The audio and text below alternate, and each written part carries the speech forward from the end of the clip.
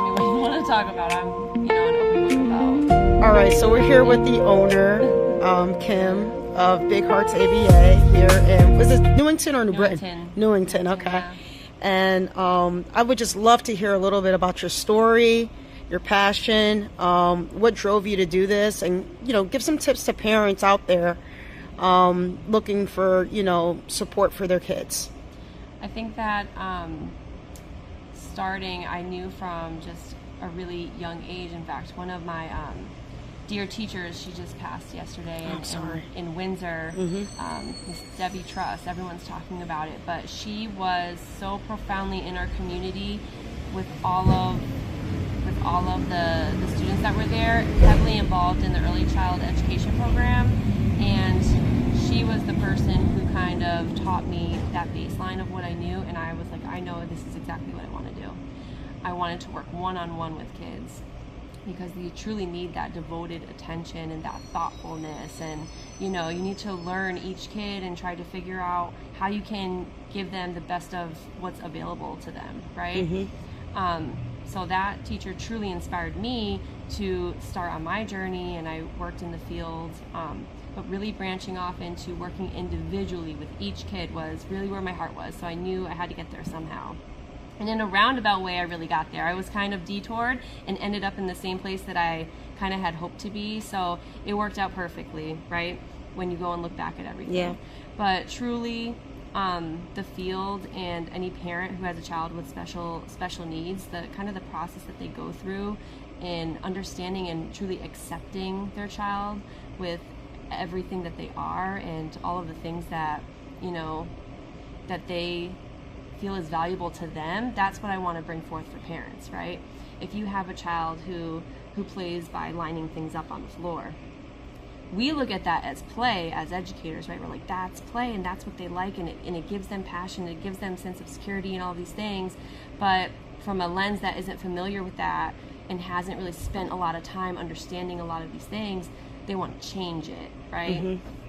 People from the outside, like schools, they want to change it to make sure that they are able to play the way other kids play, right? But what's truly important about this field is to hone in on what brings them their joy, what brings them their happiness. You need to see their eyes light up. And once you truly find out what that is, then you can teach so many things. And then you can give them opportunities, like all kids, opportunities to connect with others, because you know what they love and you're honoring what they love. Yep. Right? I mean, I'm going on tangents, I'm sure. No, it's great. There's just so much that, the person is not the diagnosis, like no matter what it is. And when you find the person and connect with the person, it's just the most beautiful thing. So for parents that aren't familiar with ABA, can you kind of explain what it is and how you bring it and how it shows up here?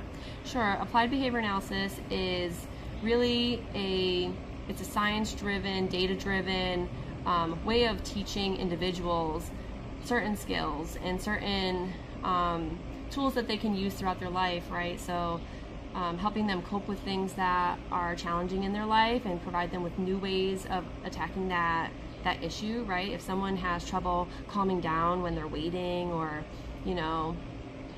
hitting others when it comes to sharing, that is significant. It impacts their ability to make friends, and that brings so much meaning to their life, being able to make friends. So how can we help that person and in a very informed way achieve those outcomes? How can we get that child to share, but it doesn't feel so hard for them?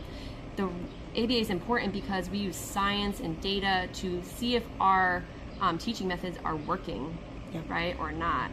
So if it's not working, we're like, okay, we tried this way, things aren't improving, they're still upset, or they're not being able to connect with others. How can we change how we're presenting the information to them so that they can make that meaningful connection with the peer and it's not as hard for them? That's really the point of ABA, is to make things as achievable and accessible to these kids that may not have been laid out for them previously. That's how I kind of describe ABA. And here specifically, we focus on compassionate ABA, right? So really focusing on what that child enjoys and bringing that to the forefront and connecting them with other kids that enjoy that, right? So we recently had a Hot Wheels car show night because we have some kids that love cars, right? And having such a passion can limit the other things that they want to explore. So let's not focus on that. Let's bring everyone who loves cars together. And it was the best night ever. It was perfect because everyone was loving cars. We had all these tracks probably filling up this entire square. We had trophies, and they all got to build their little car show designs. And to see that they didn't need to be different. They didn't need to be different. They could be exactly who they were, what they liked, and it was the greatest place to be at because everyone was there celebrating the same thing, right? So it's not necessarily about us teaching kids how to be different. It's how to give them tools to access other people and enjoy those relationships, but also it's about making sure other people know that create a space where they can be who they are and love the things they love, and they don't have to just do everything everyone else is doing. Yeah. So my son is in public school, and how do I go about introducing some of the ideas and philosophies of an ABA to a public school? That's a great question. It is. It all comes down to relationships, I think.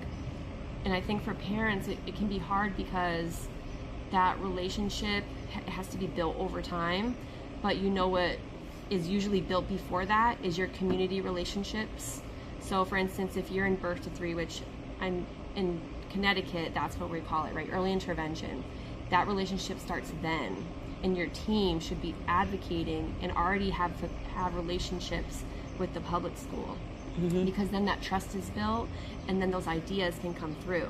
The public school wants to make life easier, you would think, for the most part, once that transition happens. So they want to take all those ideas.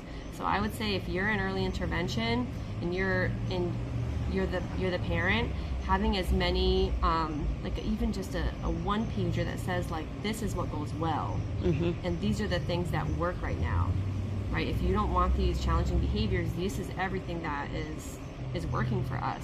And the people that are around you, your team, your early childhood, your early intervention teams, they should over time be having, as you come and go through the system of early intervention and public school, their relationship should stand that whole time, where they already know each other, they're already comfortable and trust each other, and it's really that relationship on top of the parent relationship where you push the ideas. That's I don't know awesome. if that makes sense. That is awesome. That is awesome. Thank you so much. Do you have anything else you want to share?